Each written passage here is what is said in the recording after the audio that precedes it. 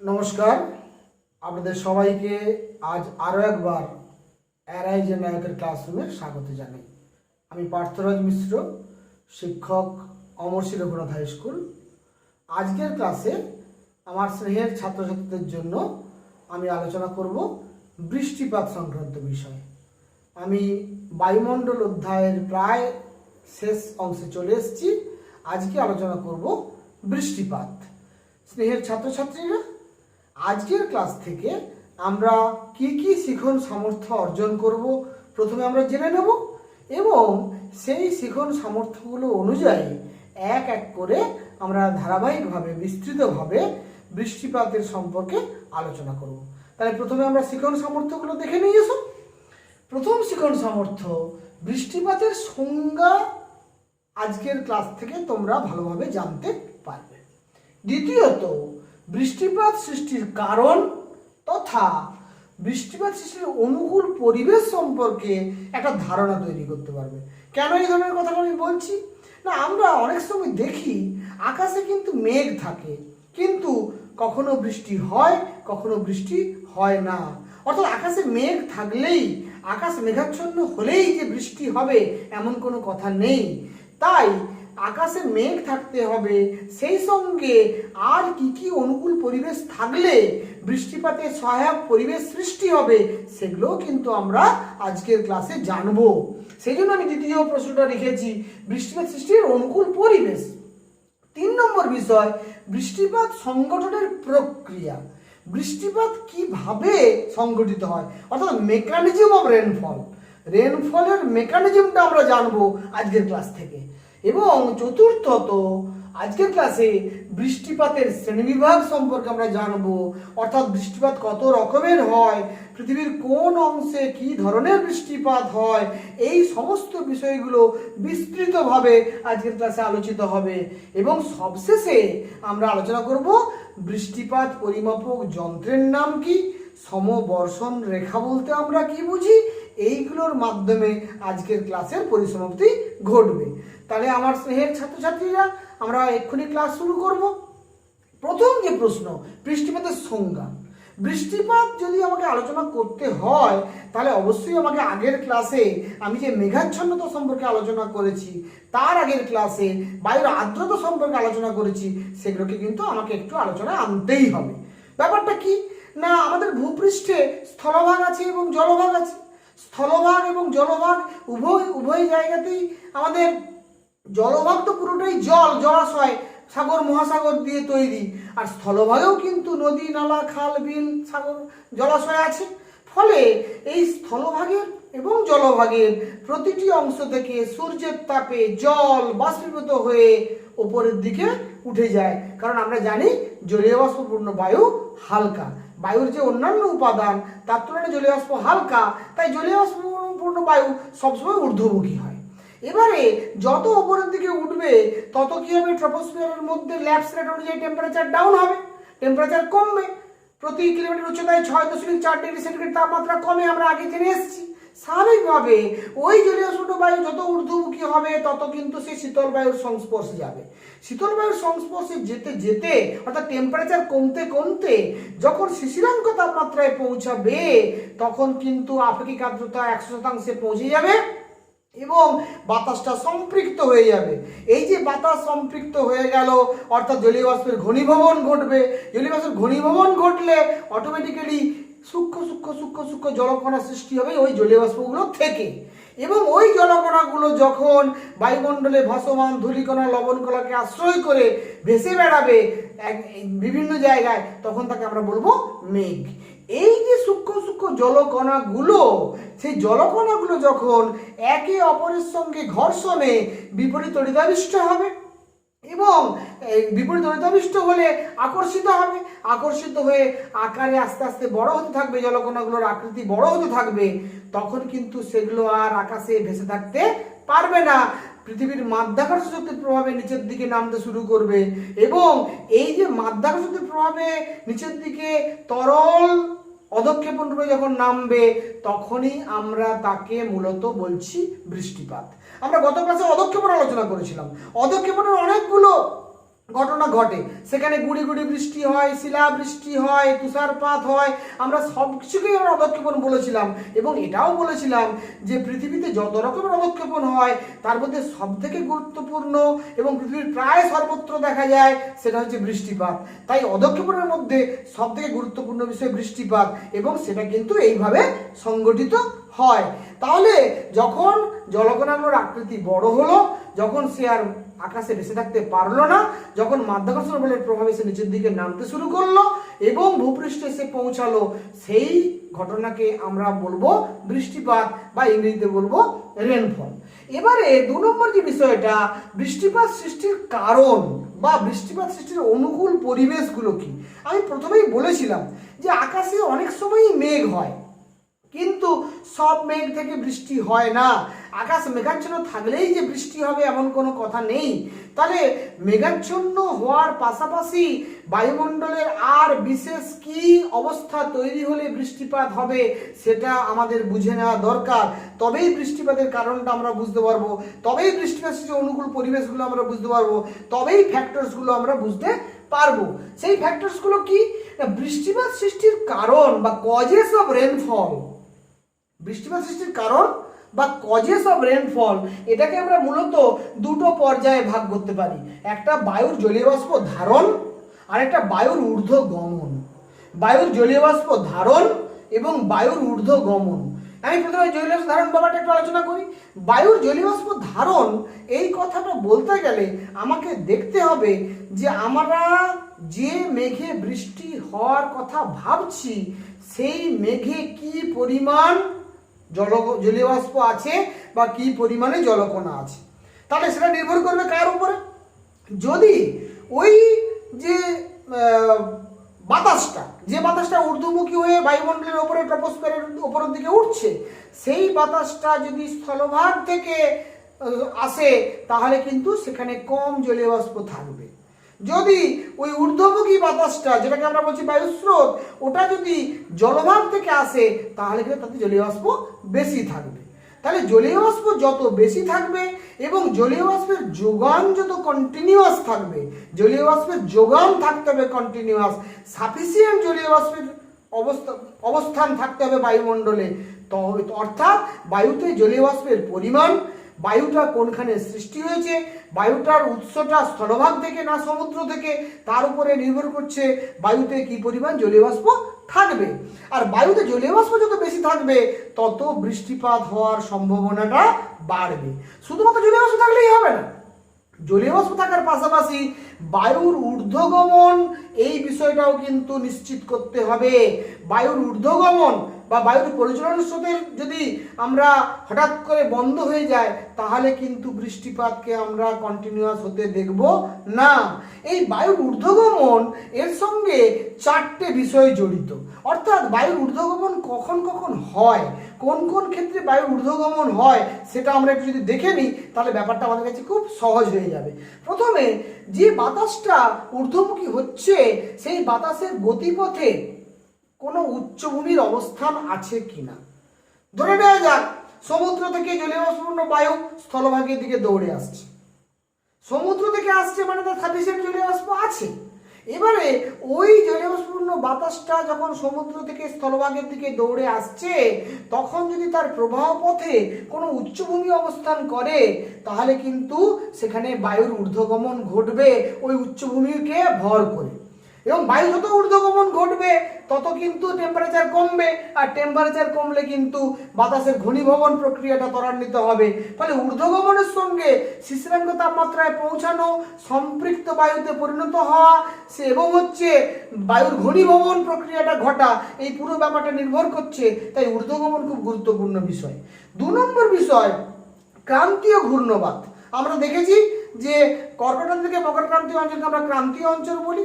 5 degree থেকে 20 degree উত্তর এবং দক্ষিণ অক্ষাংশের মধ্যে উভয় গোলার্ধে ক্রান্তীয় ঘূর্ণবাত সৃষ্টি হয়। ক্রান্তীয় ঘূর্ণবাতের ক্ষেত্রেও আমরা বায়ুর ঊর্ধ্বগমন হতে লক্ষ্য করি।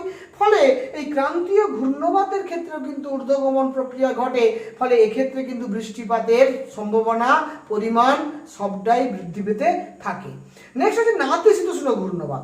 নাতিশীতোষ্ণ ঘূর্ণবাত আমরা জানি যখন দুটো বিপরীতধর্মী বাতাস এসে মিলিত হয় হয় মেরু অঞ্চল থেকে মেরুবায়ু এবং ক্রান্তীয় অঞ্চল থেকে পশ্চিম বায়ু। একটা বাতাস হচ্ছে উষ্ণ এবং আর্দ্র, অপর বাতাসটি হচ্ছে শীতল এবং শুষ্ক। এই দুটি বাতাস যখন মেরুবৃত্ত প্রদেশে গিয়ে একে অপরের মুখোমুখি মিলিত হয় তখনই কিন্তু সেখানে এক ধরনের ঘূর্ণবাত সৃষ্টি হয়, যে ঘূর্ণবাতটার নাম নাতিশীতোষ্ণ ঘূর্ণবাত। সেই ঘূর্ণবাতের সময়ও কিন্তু শীতল বায়ুর দ্বারা উষ্ণ বায়ু উপরে ওঠে, অর্থাৎ বায়ুর ঊর্ধ্বগমন ঘটে এবং আকাশে মেঘ এবং বৃষ্টিপাত সংঘটিত হতে দেখা যায়। ফলে নাতিশীতোষ্ণ ঘূর্ণবাত হলেও কিন্তু বায়ুর ঊর্ধ্বগমন ঘটবে এবং বৃষ্টিপাতের সম্ভাবনা বাড়বে। আরেকটা হচ্ছে বায়ুমণ্ডলের সৃষ্ট পরিচলন স্রোত। বায়ুমণ্ডলে যে পরিচলন স্রোত সৃষ্টি হয়, অর্থাৎ ঊর্ধ্বগামী বায়ুর সৃষ্টি হয়, তখনও বায়ুর ঊর্ধ্বগমন ঘটে। এই চারটে বিশেষ পরিস্থিতিতে কিন্তু বায়ুর ঊর্ধ্বগমন ঘটে এবং সঙ্গে বায়ুতে জলীয় বাষ্প যদি থাকে সাফিসিয়েন্ট পরিমাণে, বাতাসে যদি সমুদ্র থেকে আসে জলীয় বাষ্প সংগ্রহ করে নিয়ে আসে বা স্থলভাগ থেকেও যদি আসে জলাশয়ের উপর দিয়ে আসে, তাহলে সাফিসিয়েন্ট জলীয় বাষ্প সংগ্রহ করে নিয়ে আসে। এই সাফিসিয়েন্ট জলীয় বাষ্প এবং হচ্ছে বায়ুর ঊর্ধ্বগমন, এই দুটো প্রক্রিয়া যখন ঘটবে তখনই কিন্তু বৃষ্টিপাত সংঘটিত হবে। কোনো একটি প্রক্রিয়ার অভাব ঘটলে বৃষ্টিপাত সংঘটিত হবে না বা বৃষ্টিপাত কিছুক্ষণের মধ্যেই বন্ধ হয়ে যাবে। ফলে বৃষ্টিপাত সৃষ্টির কারণ হিসাবে আমরা এই দুটো বিষয়কে কিন্তু উল্লেখ করব। এবারে আমি আসছি 3 নম্বর বিষয়ে, বৃষ্টিপাত সংগঠনের প্রক্রিয়া বা mechanism. Mechanism of rainfall. Mechanism of rainfall আমি খুব সহজ করে তোমাদের জন্য একটা চার্ট আকারে প্রকাশ করার চেষ্টা করেছি, পুরো রেনফল ব্যাপারটা ইজি করে দেওয়ার জন্য। বৃষ্টিপাত সৃষ্টির প্রক্রিয়া বা মেকানিজম অফ রেনফল, এটাও কিন্তু মূলত দুটো প্রক্রিয়াতে সংগঠিত হয় গোটা পৃথিবীতে। দুটো প্রক্রিয়া হয়। দুটো প্রক্রিয়া কি কি? একটা উচ্চ অক্ষাংশের শীতল বৃষ্টিপাত, যাকে আমরা বলবো cold rain in high altitude, এবং নিম্ন অক্ষাংশের উষ্ণ বৃষ্টিপাত, সেটা হচ্ছে warm rain of low latitude. তাহলে এই যে একটা উচ্চ অক্ষাংশ বলতে আমরা কি বুঝি? উচ্চ অক্ষাংশ আমরা বলতে বুঝি 60 ডিগ্রি থেকে 90 ডিগ্রি উত্তর এবং দক্ষিণ অক্ষাংশ। আর নিম্ন অক্ষাংশ বলতে আমরা কোনটাকে বুঝি? 0 ডিগ্রি থেকে 30 ডিগ্রি পর্যন্ত উত্তর এবং দক্ষিণ অক্ষাংশ। এই দুটোকে আমরা বলি নিম্ন অক্ষাংশ এবং উচ্চ অক্ষাংশ। এই যে উচ্চ অক্ষাংশে যে বৃষ্টিপাতটা হয় সে বৃষ্টিপাতটাকে বলা হচ্ছে শীতল বৃষ্টি। আর নিম্ন অক্ষাংশে যে বৃষ্টিপাত সংঘটিত হয় সেটা তুলনামূলক উষ্ণ প্রকৃতির, তাই তার নাম উষ্ণ বৃষ্টি। এটার নাম কোল্ড রেন, এটার নাম ওয়ার্ম রেন। এবারে এই যে উচ্চ অক্ষাংশ শীতল বৃষ্টিপাত, এটা কিন্তু মূলত সৃষ্টি হয় আইস ক্রিস্টাল থিওরি অনুসারে।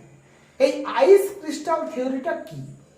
আইস ক্রিস্টাল থিওরিটাতে যাওয়ার আগে প্রথমে তোমাদের বলে নিতে হবে যে এই আইস ক্রিস্টাল থিওরির আবিষ্কর্তা হলেন বার্জারান এবং ফিন্ডিসন নামে দুজন বিখ্যাত ভৌগোলিক বা আবহবিদ আমরা বলতে পারি, যারা এই উচ্চ অক্ষাংশে শীতল বৃষ্টিপাতের মেকানিজমটির কথা বলেছেন। এই বার্জারান এবং ফিন্ডিসন তারা যে উচ্চ অক্ষাংশে শীতল বৃষ্টিপাতের কথা বলেছেন, সেখানে কি ঘটে? উচ্চ অক্ষাংশ মানে টেম্পারেচার সেখানে এমনিতেই কম, টেম্পারেচার সেখানে এমনিতে কম, এবং যখন সেখানে আমরা দেখি যে বাতাসের ঊর্ধ্বগমন ঘটছে এবং বাতাসে জলীয় বাষ্প আছে, তখন সেখানে আমরা দেখব যে গভীর ঘন মেঘ সৃষ্টি হয়, সে মেঘগুলো কিন্তু কমপক্ষে 1 থেকে 1.5 কিলোমিটার চওড়া বা 1000 থেকে 1500 মিটার চওড়া হয়, এবং এই মেঘের কেন্দ্রে কিন্তু বরফের কেলাস থাকে আর নিচের দিকে জলকণা অবস্থান করে। নিচের দিকে জলকণা অবস্থান করে আর উপরের দিকে কি হয়? বরফের কেলাস অবস্থান করে। এবারে যখন কি ঘটবে? যখন পরিপৃক্ত বায়ুর চাপে যখন বাতাস সম্পৃক্ত হয়ে যাবে বা বাতাস পরিপৃক্ত হয়ে যাবে, তখন পরিপৃক্ত বায়ুর চাপে বরফ কণাগুলো, বরফ কেলাসগুলোর আয়তন বৃদ্ধি পাবে এবং জলকণাগুলোর আয়তন আস্তে আস্তে ক্ষুদ্র থেকে ক্ষুদ্রতর হবে।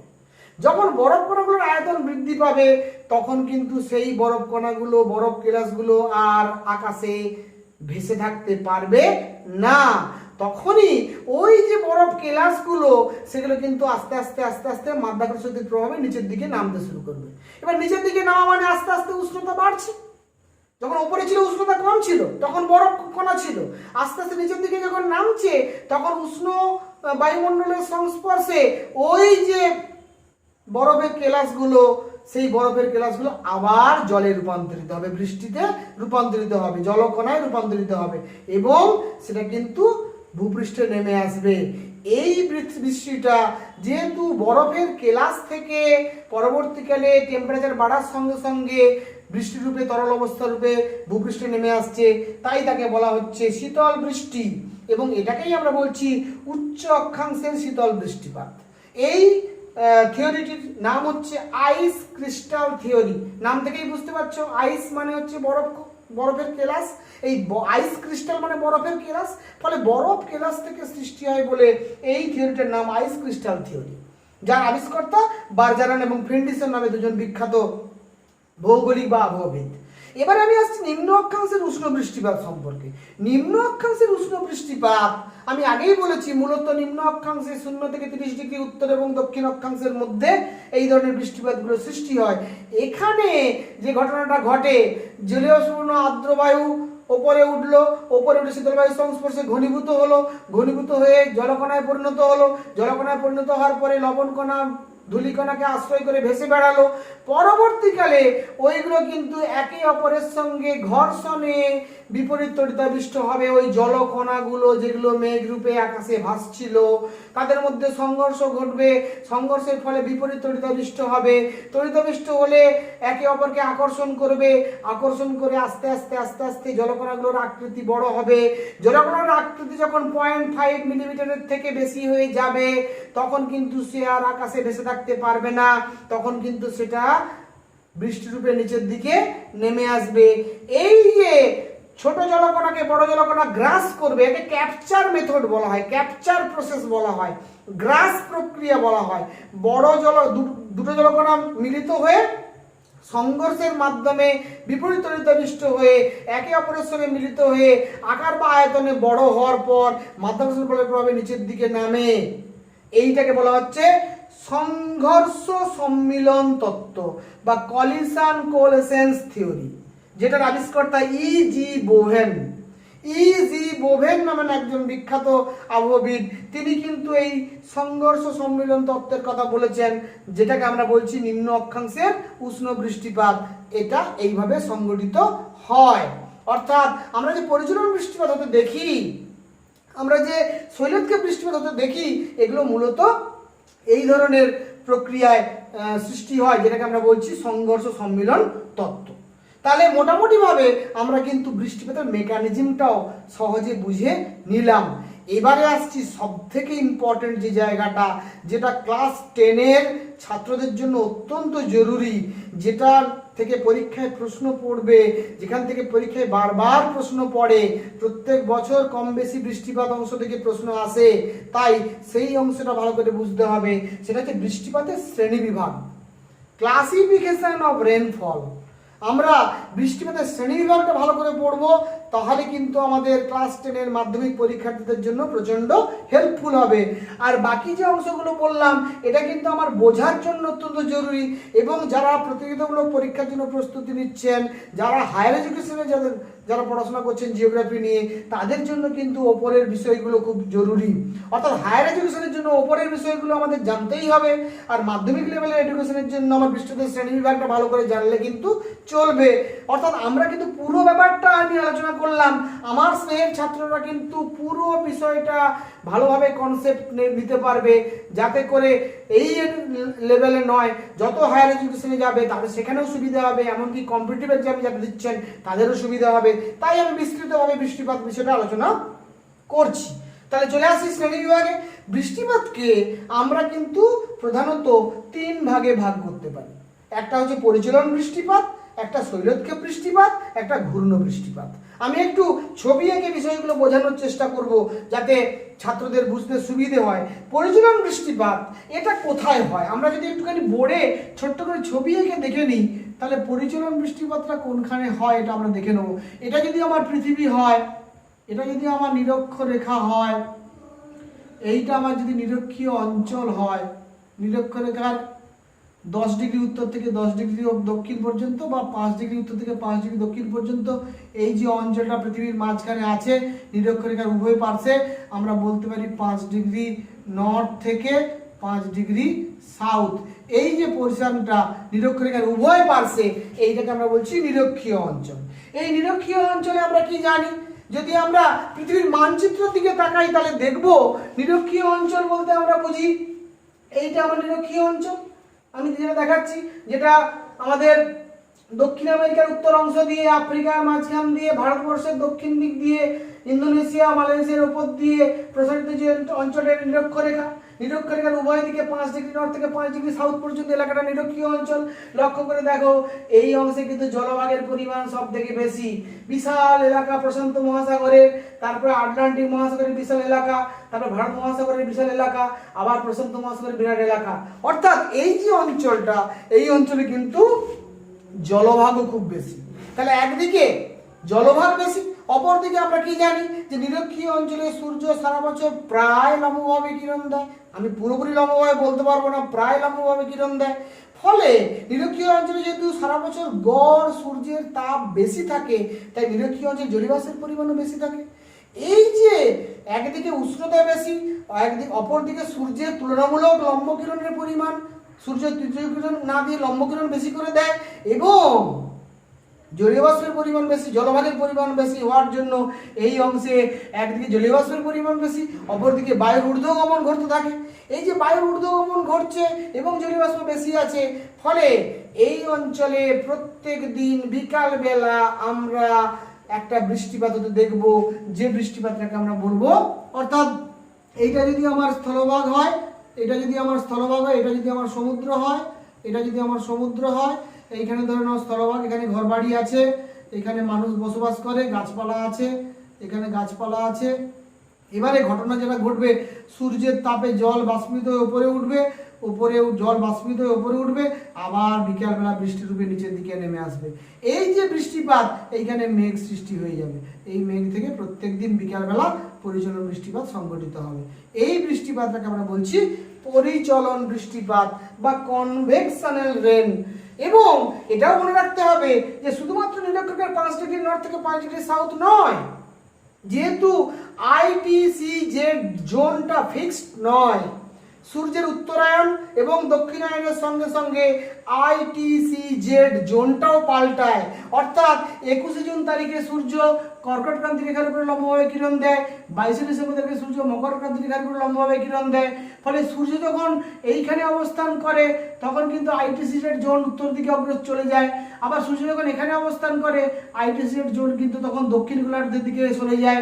ফলে এই আইটিসিজেড জোনের যে স্থান পরিবর্তন, তার ফলে কিন্তু ওই অঞ্চলেও কিন্তু সূর্যের লম্বকিরণের সঙ্গে সম্পর্ক রেখে পরিচলন বৃষ্টিপাত সংঘটিত হতে দেখা যায়।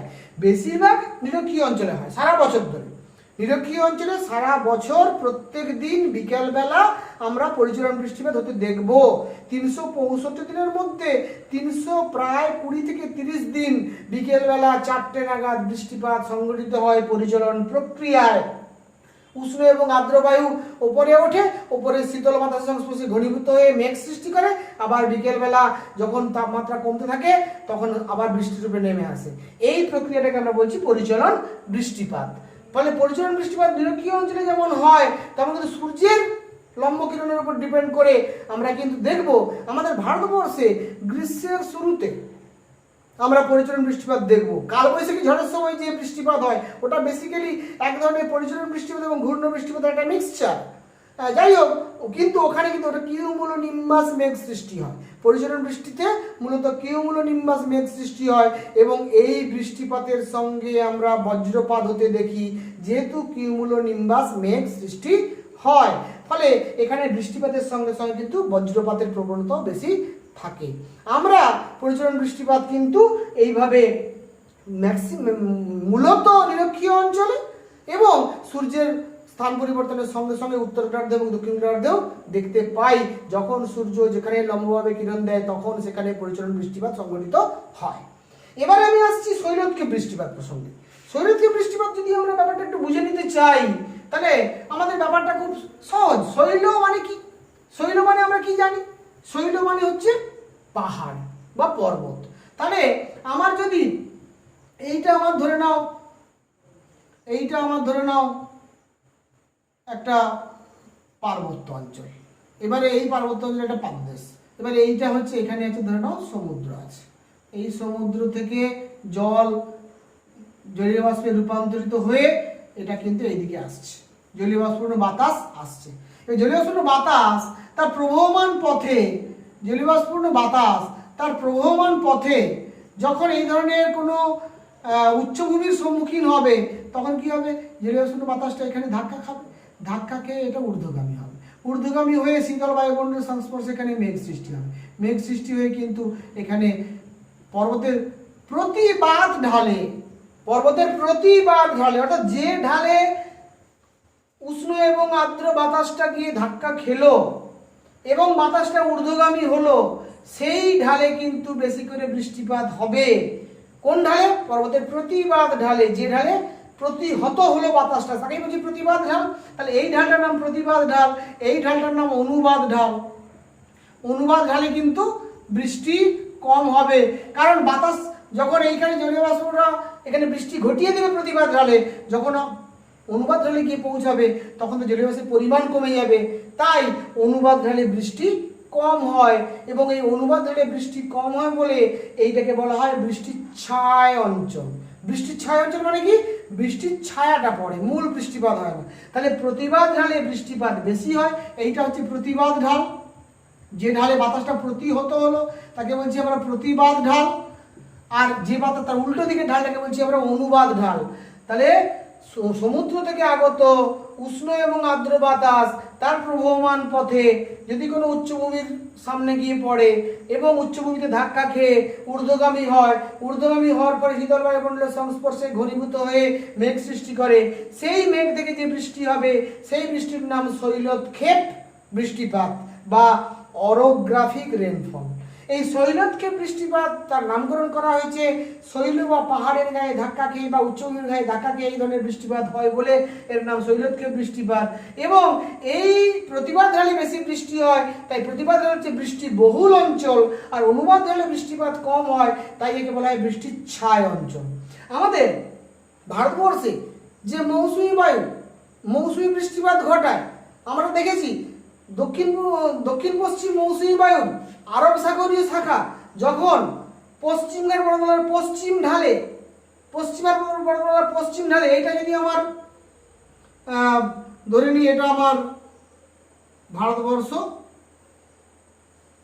এবারে এখানে আমার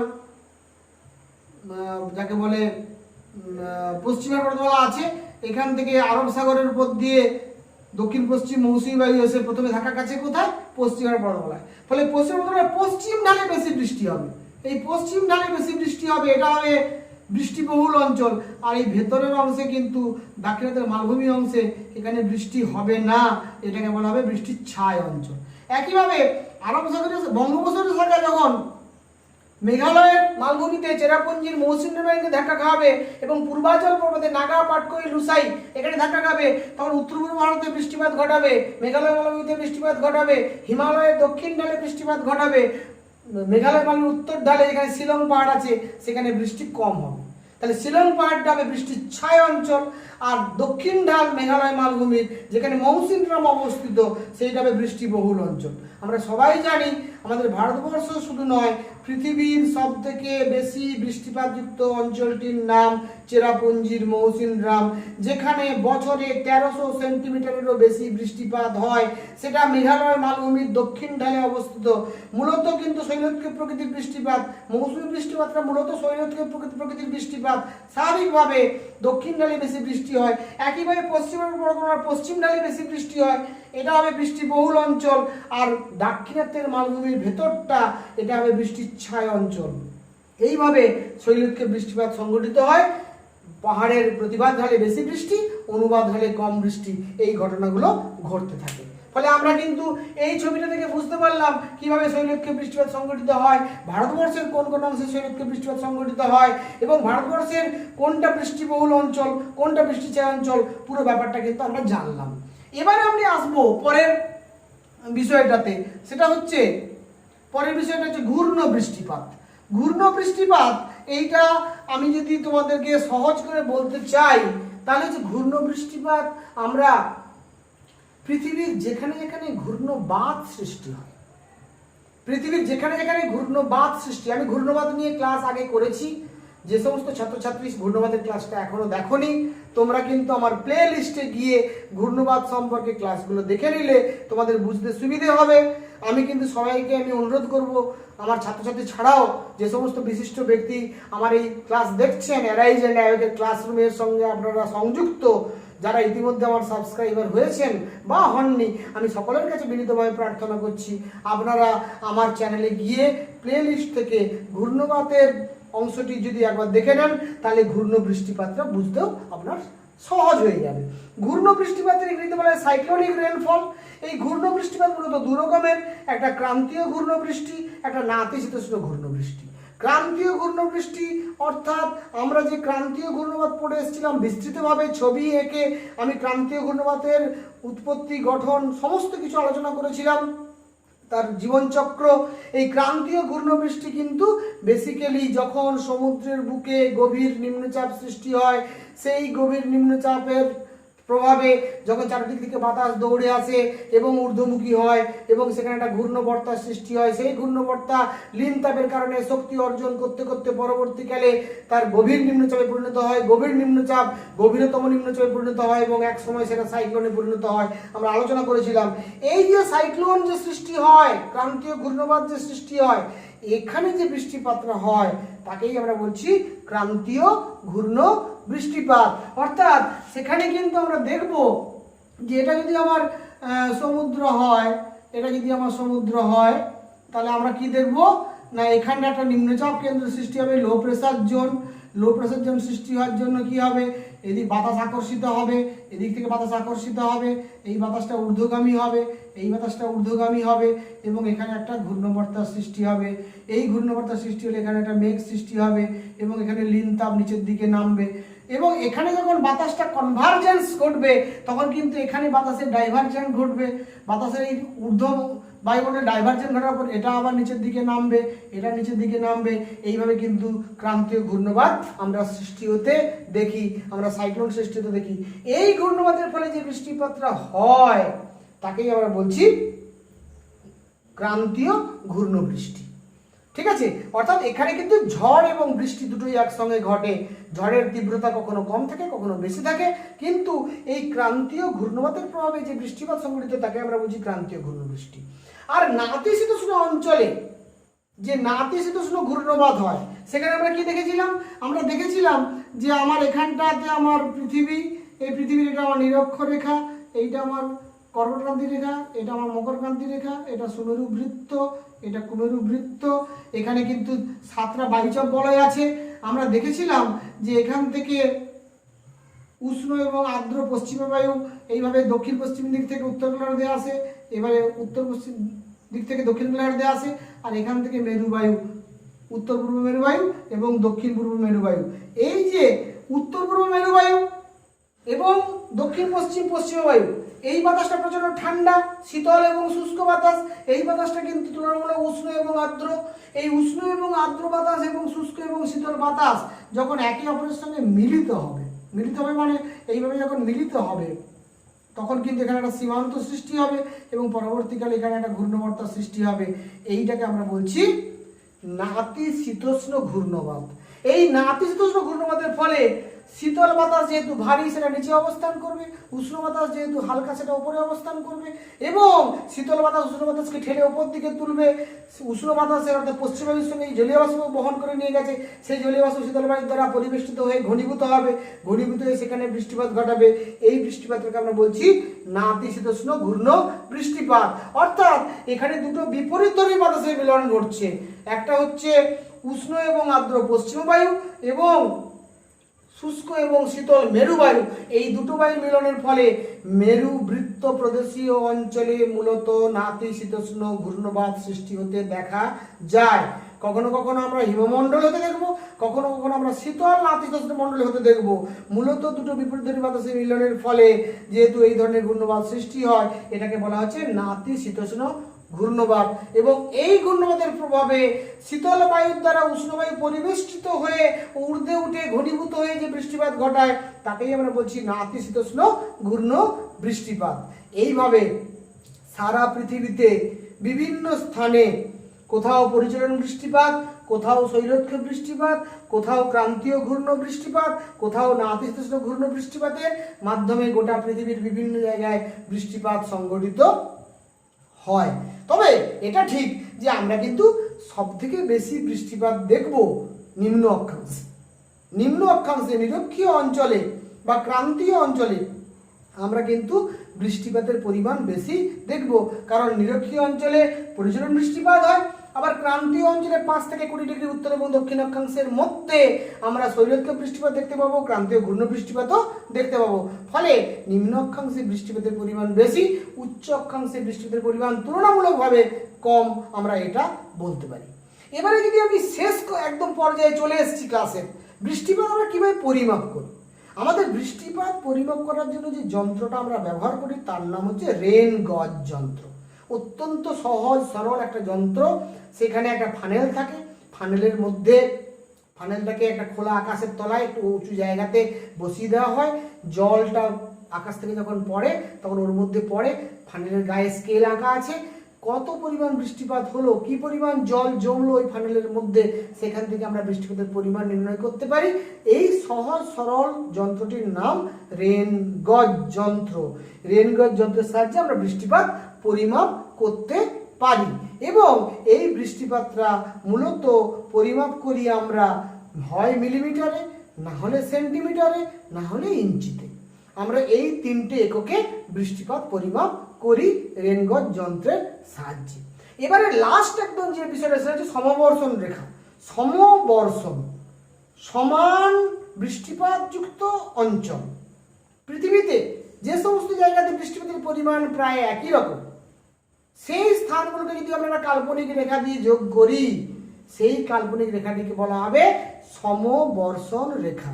যেমন আমরা সমউষ্ণ রেখা পড়ে এসেছিলাম, যেমন আমরা সমচাপ রেখা পড়ে এসেছিলাম, তেমনই সমবর্ষণ রেখা হচ্ছে সেই রেখা যেখানে গোটা পৃথিবীর সমান বৃষ্টিপাতযুক্ত অঞ্চলকে যদি আমরা কাল্পনিক রেখা দিয়ে যোগ করি, যে রেখাটা পাবো তাকে বলা হবে সমবর্ষণ রেখা। ইংরেজিতে বলা হবে আইসো হাইট। আইসো মানে হচ্ছে সমান, হাইট মানে হচ্ছে বৃষ্টিপাত, সেই জন্য ইংরেজিতে বলা হয় আইসো হাইট, বাংলায় বলা হয় সমবর্ষণ রেখা। তাহলে আমার স্নেহের ছাত্রছাত্রীরা, নিশ্চিতভাবে আমি তোমাদেরকে আমার দৃঢ় বিশ্বাস আজকে বৃষ্টিপাতের এই ক্লাসটা তোমরা সবাই খুব ভালোভাবে উপভোগ করেছো এবং ভালোভাবে বুঝতে পেরেছো। সেই সঙ্গে আমার ছাত্রছাত্রী ছাড়াও যারা আমার এই ক্লাসটা দেখছেন, সম্মানীয় যে সমস্ত ব্যক্তিবর্গ, অন্যান্য শিক্ষক শিক্ষিকা মণ্ডলী, আপনাদের সবাইকে আমার আন্তরিক শ্রদ্ধা কৃতজ্ঞতা জানাই। আপনারা যারা আমার চ্যানেল ইতিমধ্যেই সাবস্ক্রাইব করেছেন, যারা সাবস্ক্রাইব এখনও করেননি তাদের কাছে আমি বিনীতভাবে প্রার্থনা করব, দয়া করে চ্যানেলটি সাবস্ক্রাইব করুন। এবং আমার স্নেহের ছাত্ররা, তোমরা যারা আমার ক্লাস নিয়মিত দেখছো, আশা করি তোমাদের ভালো লাগবে। তোমাদের যদি ভালো লাগে তোমরাও কিন্তু তোমার বন্ধু বান্ধবকে ক্লাসটা শেয়ার করে দেবে, এবং তুমিও উপকৃত হবে, তোমার বন্ধুরাও উপকৃত হবে, এই আশা রেখে সবাইকে যথাযোগ্য স্থানে আরও একবার সম্মান, শ্রদ্ধা, শুভেচ্ছা এবং আমার ছাত্রছাত্রীদের ভালোবাসা জানিয়ে আজকের ক্লাস এখানেই শেষ করছি। Thank you very much.